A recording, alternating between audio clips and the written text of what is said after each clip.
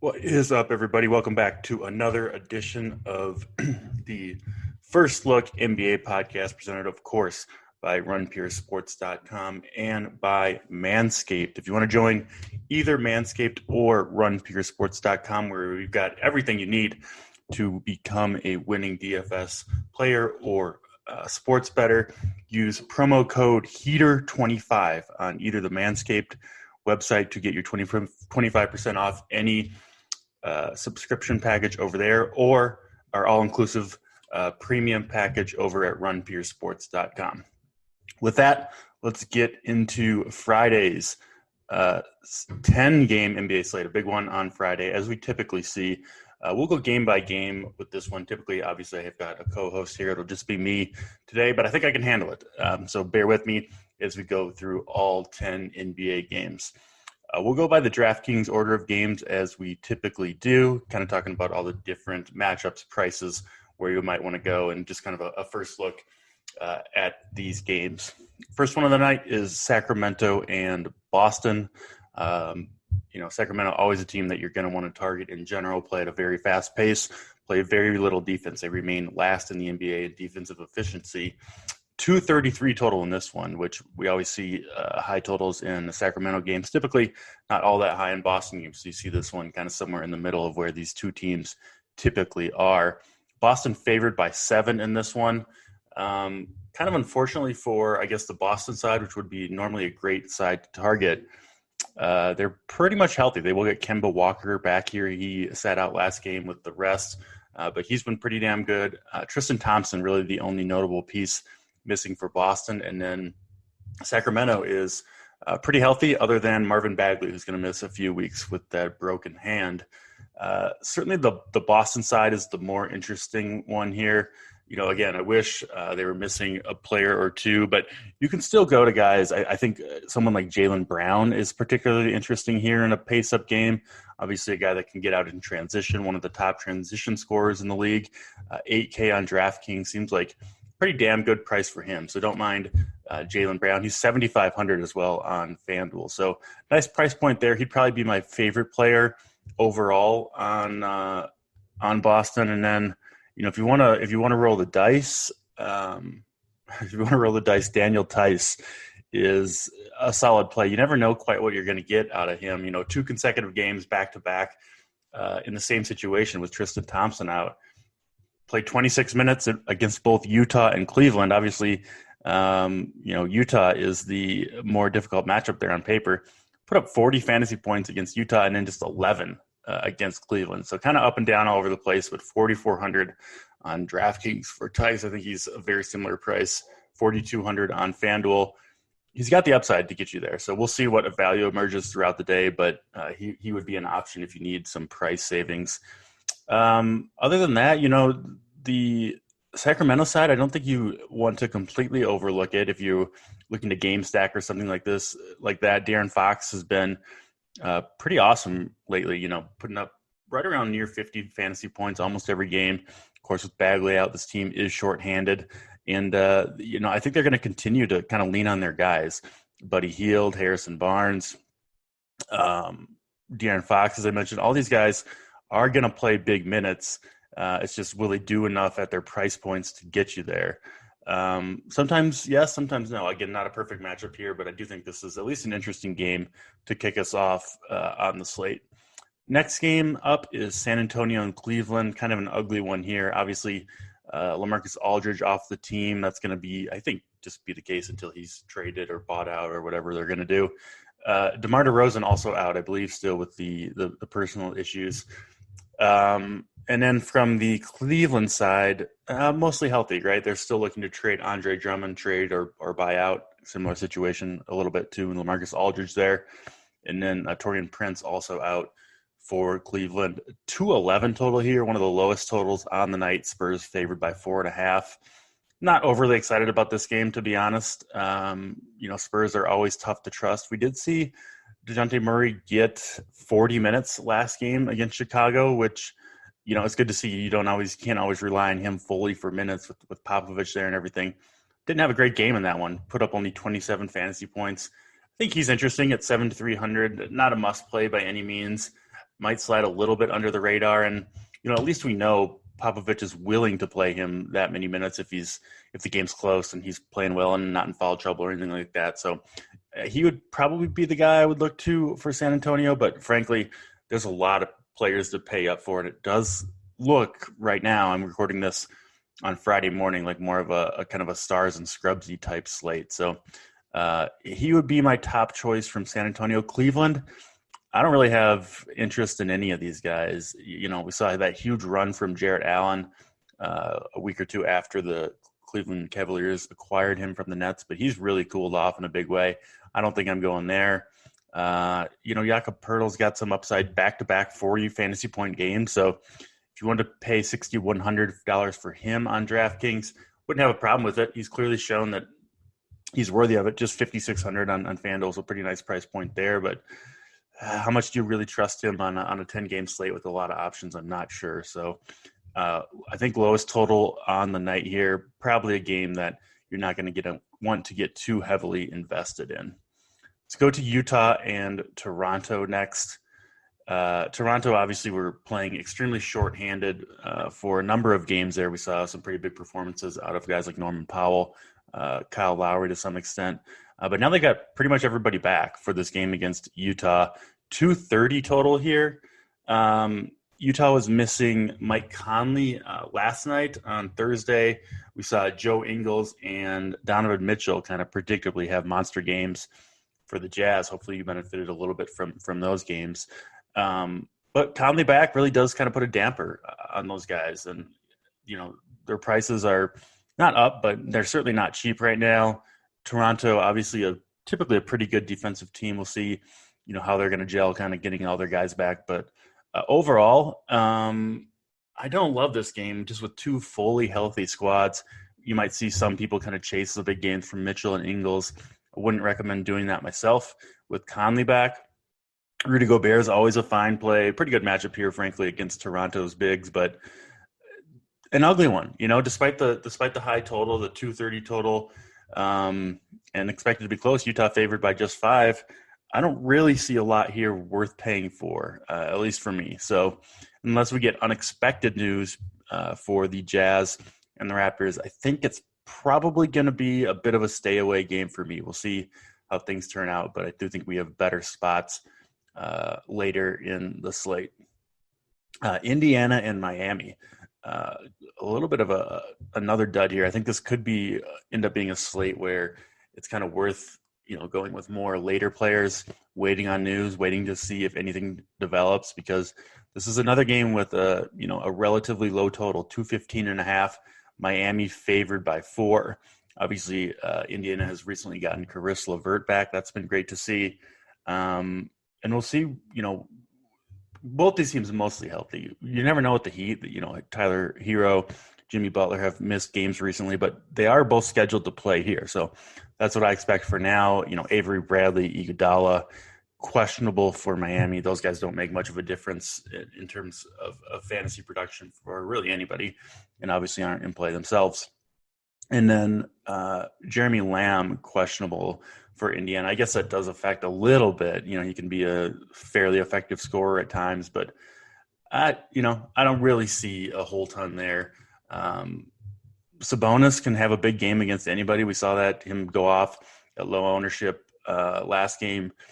So he's fine if you want to pay for him as kind of a contrarian spend up. I have no problem with that, really, even though the matchup is obviously not super great against the Heat. And then Caris LeVert up to 33 minutes. So he's been back for 3 games, has played 26, 29, 33 minutes.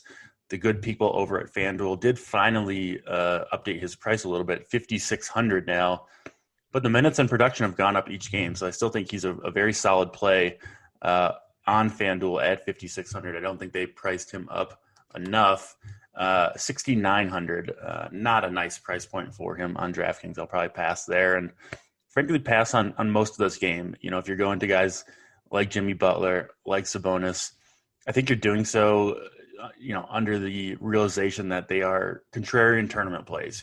You're going to get these guys low owned. Butler, 9,500 on DK. He's up over 10K still on FanDuel.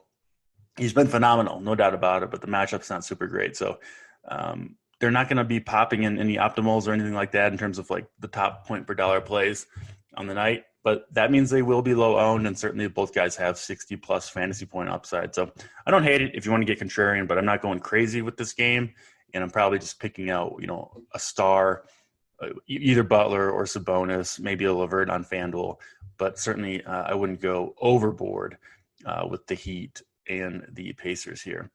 Let's go to Detroit and Houston, two teams that are just kind of decimated by trades and by injury and by poor play. I think the Rockets have lost, I believe, 18 games in a row. Don't quote me on that, but something like that. We'll see who plays for them. It's very unclear right now. It does look like both Oladipo and the emerging star, I guess, at least on a bad team, Kevin Porter Jr., will be in. And then John Wall, questionable. He's missed a number of games. Could return for this one. Also waiting for news on DJ Augustine, acquired via trade. Ben McLemore is questionable.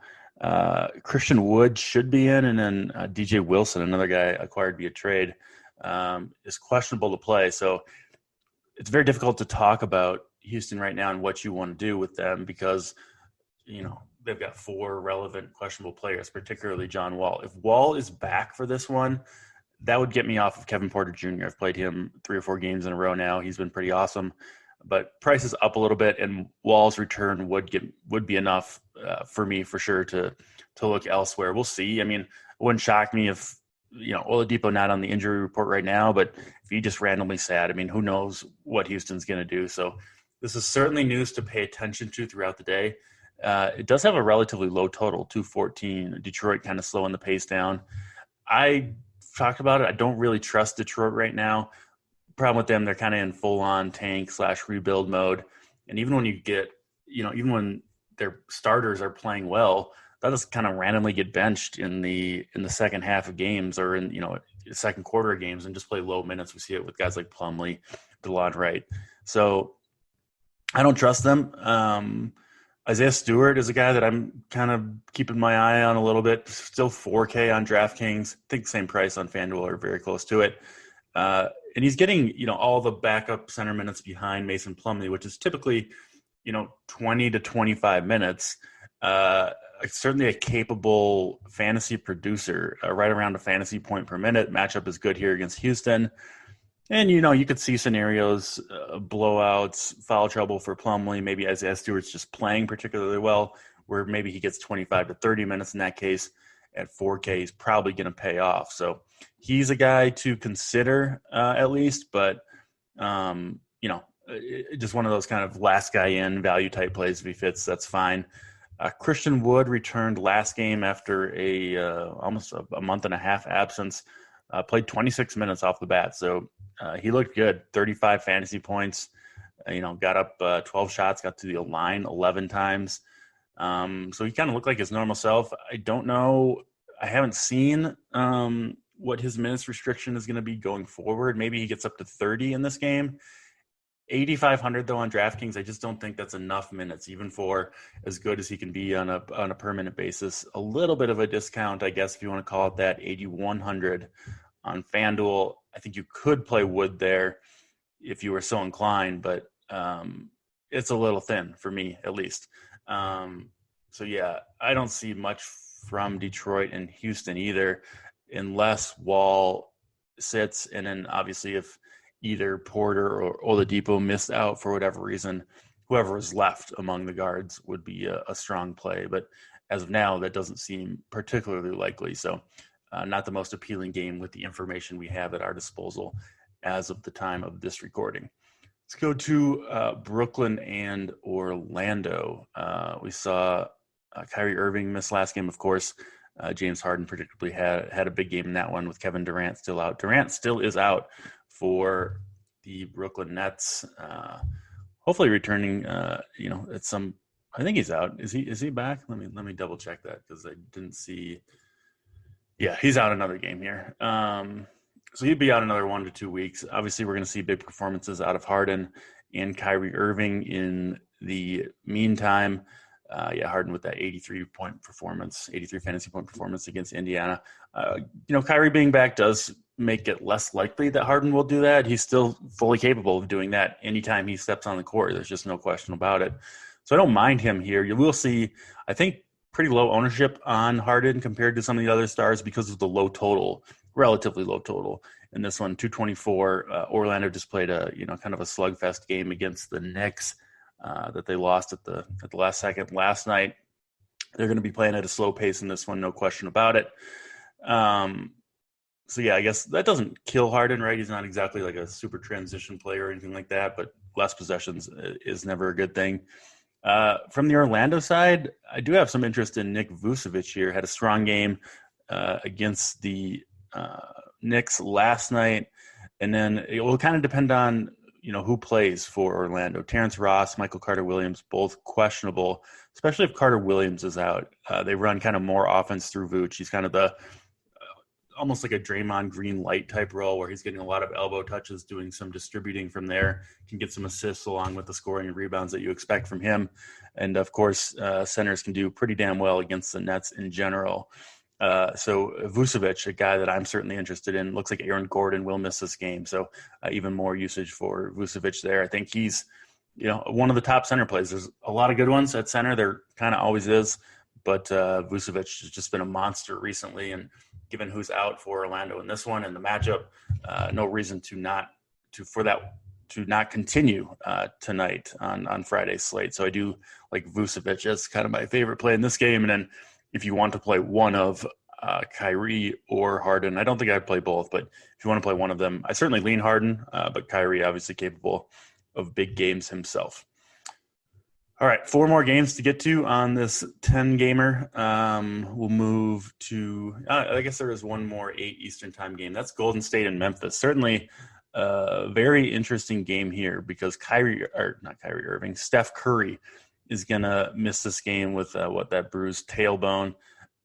Memphis favored by 8, a 221 total. Kind of lets you know how important Steph Curry is to this team.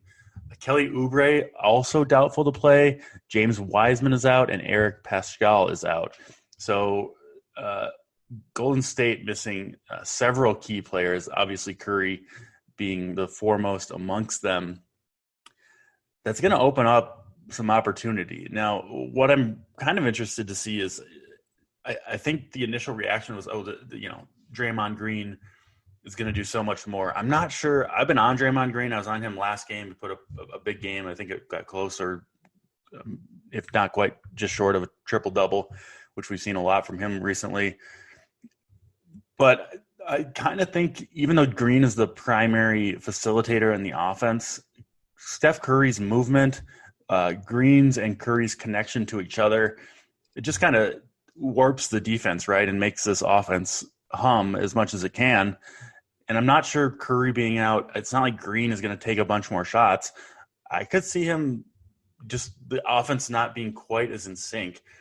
I wrote about it in my article on that would have been on Wednesday, that Draymond Green, when the Warriors win games, Draymond Green, I think he's been 47 or plus fantasy points in 6 straight games now.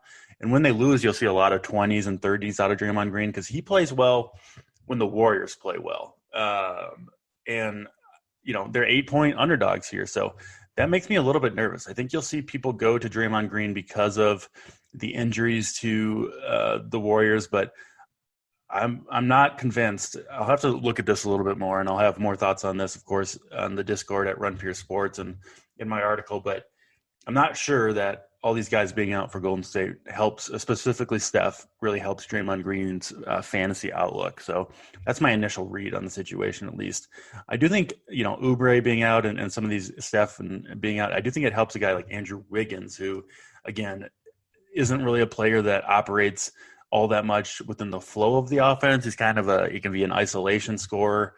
To me, he's just not the smartest player in the world. And I think he could be someone that they just rely on, if the offense is struggling, say, oh, Wiggins, go get us a basket. And he's certainly capable of that. I guess that you could argue that's maybe one of his best skills. So I do think Wiggins is interesting here. And then Nico Mannion, I would anticipate big minutes out of him. He's been playing some decent minutes as Steph's backup recently, 19 and 18 minutes. He did play, I believe, the entire fourth quarter after Steph went down with injury. I guess I would suspect he gets the start. He's 3.2K on DraftKings. I assume he's a similar cheap price point. Yeah, minimum price 3.5K on FanDuel. He's going to be a very popular play, assuming he does start. I do think he will. And I have no problem playing him. Be a little bit careful. There's not going to be like a true point guard for the Warriors with Draymond Green out there. They're still going to run a lot of stuff through him. So he'll be more of kind of acting like a shooting guard. He does have some passing chops himself. He'll get some assists, but I don't think he's going to be, running like a ton of pick and roll or anything like that. Jordan Poole is interesting. He's been very good off the bench for the Warriors. You have to assume his minutes and usage are only going to go up with Oubre and Steph out. I think I prefer him, 4,500 for Jordan Poole, probably to both Draymond and Mannion. Maybe somewhat of a contrarian take there. I'm not sure. 4,600 on FanDuel, 4,500 on DraftKings for Poole. I really do like him quite a bit. Damian Lee, 3,300, another guy that I would expect gets 20-plus minutes. I'm not as excited about him, but there are certainly options here. I guess my point is on the Warriors. And if this team plays well, I do think you'll see some of these guys just have to reach value almost by default because they're all so cheap. So Warriors, certainly a team, I think, figuring out what to do with Golden State is going to be critical to success on tonight's slate. We'll have, of course, our two YouTube shows. They'll be talking a lot about this game.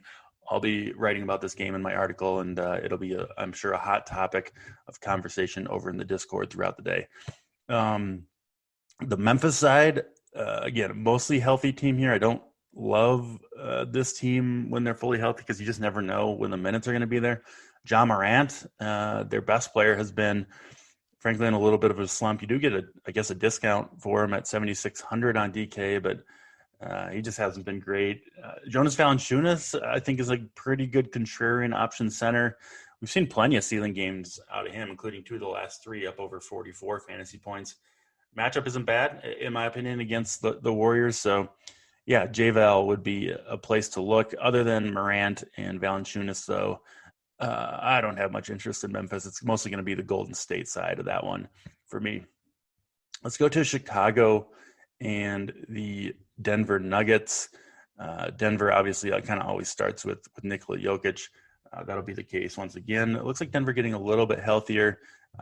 Denver at home here, favored by 7, 224.5 total. We've seen several big games out of Thomas Satoransky moving into the starting lineup. I guess he was just okay against the Spurs. I've been fading him. I guess maybe that was a decent choice on against the Spurs. I'll probably keep doing the same thing. I just don't see him as a good fantasy player. I know he's had a couple good games in the last 3, but I think he'll come crashing down to earth sooner rather than later. He's got a little bit of a price hike as well, 4,400 now on DraftKings, and same price on FanDuel as well. So I'm off Satoransky. I assume he'll remain in the starting lineup, but frankly, I don't love it myself. Thad Young finally got decent minutes, 31 minutes against the Spurs, put up 36 fantasy points. He's pretty cheap still, 6,100 on DraftKings. If he's in the starting lineup, I don't mind going there. Markkanen, the starting center now against Jokic, no thanks. The Chicago side, I don't love it, honestly. Zach LaVine's fine. He's capable of 50, 60 fantasy points, but at 8,700, you need every one of those to pay off. Jokic is obviously the guy that I would look to primarily. Coming off a little bit of I wouldn't say a rough game. That's not fair. But 42 fantasy points. Only played 29 minutes as the Nuggets blew out Charlotte last game. He had about the worst triple-double you can have. 12 points, 10 rebounds, 10 assists. So just kind of right on the button for the triple-double, and no blocks or steals with 3 turnovers. So a triple-double with only 42.5 DraftKings points. You don't see that very often. I would expect something similar tonight in terms of, per minute performance from Jokic, but hopefully more minutes. It is expected to be relatively close. only took 7 shots in that game. He should be fantastic once again. 10.6K on DraftKings for Jokic. You really can't go wrong. I think he's a fantastic play. He's probably about where I would stop for the Denver Nuggets. Maybe a Will Barton. Obviously, wings can do pretty well against the Bulls. 5.6K on DraftKings. Yeah, that's a nice price for Barton, who can run some pick and roll. That's something that you do want to target against the Chicago Bulls defense. So I would say Jokic and Barton are the two guys that I'm primarily looking at from Denver, but both guys I think make for pretty outstanding plays, frankly. 2 games left. Let's go to the West Coast, Dallas and Portland. Pretty sizable total here, 228. Dallas favored by 3.5. Portland coming off a back-to-back. They played last night for the Mavericks. Finney Smith, Cauley Stein, James Johnson all out, so a little bit shorthanded there in the front court. And then CJ McCollum going to get a game off to rest here on the back-to-back, which could lead to, of course, a huge game from Damian Lillard. I like both stars in this one. Luka and Dame, I think both very, very much in play. I guess I think slightly lean Luka. He's had 2 awesome games in a row, and Dallas being shorthanded, you would think the minutes and the usage and all that's going to be there. So I do like Luka over Dame, but I don't mind pairing these two if you can find the salary savings elsewhere. Porzingis, I think, is at least somewhat interesting here. Is Enes Kanter going to follow him out to the 3-point line? I guess. Seems like a pretty good scoring spot for Porzingis, who could also get a number of blocks here on Kanter, who obviously kind of lives around the rim and isn't like a great dunker or anything like that with great hops. So 7,900 is a lot to pay for Porzingis, but I do see a potential ceiling game for him here.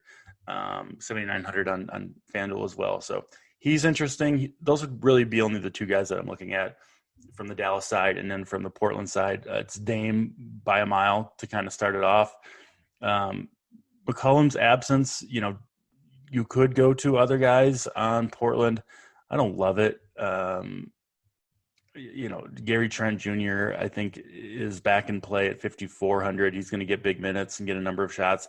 He's fine. Carmelo Anthony, I don't mind it. At 5,200, he's going to get his 25 to 30 minutes and you get up, 10 to 15 shots. So he's okay. But I think the ceiling is a little bit limited with him. So most of it's going to be Dame is the way I'm looking. I guess Harry Giles back now, so kind of takes a little bit of the shine off of Enes Kanter. Let's go to the last game of the night, Phoenix and Minnesota. They're going to run this one back. They just did the exact same game last night. We saw monster performances out of Karl Anthony Towns. Finally, 69.5 fantasy points, got up 36 minutes, 24 shots. They finally kind of let him do his thing. I don't fully trust that it'll happen again, but at least for one night, it was nice to see Towns utilized like he should be in this Minnesota offense. And then Anthony Edwards helped me have a pretty solid night on DraftKings with a 60-point outing himself, 42 real points. I think I saw he's only like the 4th or 5th 19-year-old to ever put up 40 real points in an NBA game. He's been awesome recently, just a heavy volume shooter. He's getting more efficient. Helping out a little bit more in the rebound and assist categories, and you just know the minutes are going to be there kind of regardless. It's going to be 38 minutes pretty much every night for Anthony Edwards. I assume that'll be the same case tonight. He's still at 7,100 on DraftKings. I'm guessing same price on FanDuel, by the way. I'm guessing he'll be popular after that huge performance. He was very low owned last night on a 6-game slate. I think he was only 7% owned, so that was pretty awesome. But yeah, no, I'm back in. I know he's going to be more popular today, I would imagine. Suns defense is good, and I'm sure they'll try to make some adjustments, but they've also got to deal with Towns, who had a monster game. So I think one of Edwards or Towns probably goes off again. I'll take the discount with Edwards. I just feel better about his more consistent usage, but could play either guy, could play them both together. Obviously, they just proved they can do it. So I do like Edwards and Towns from the Minnesota side. And from the Suns, Booker had a nice game. Just a really good matchup for him on offense. The Wolves don't really have anyone to check him. Could go to Chris Paul, put up 40 fantasy points in 31 minutes. So overall, I think a pretty tasty one to end the slate. 232 total there. So a nice total from the Wolves and Phoenix. Wolves playing at a fast pace, and obviously their defense very much lacking. Phoenix is favored by 11. That's kind of one of the things that makes me lean Edwards over Towns, is because Edwards usually closes out a blowout, kind of no matter what the score is. So he's got a little bit of built-in security there, most likely. All right, that will do it for this podcast. Head on over to runpeersports.com. Heater 25 will get you 25% off your first payment, and join the movement with us. We've been on fire all season. We've got baseball right around the corner. I couldn't be more excited for that. And it's going to be awesome stuff there. Hit that hit that subscribe button on the podcast. Leave a review if you would. Really helps us out, bringing you this show each and every day, free of charge. That will do it. I will be back on Monday with another edition of this podcast, of course. Good luck in all your contests tonight. Have a great weekend. And until then, we'll check you next time.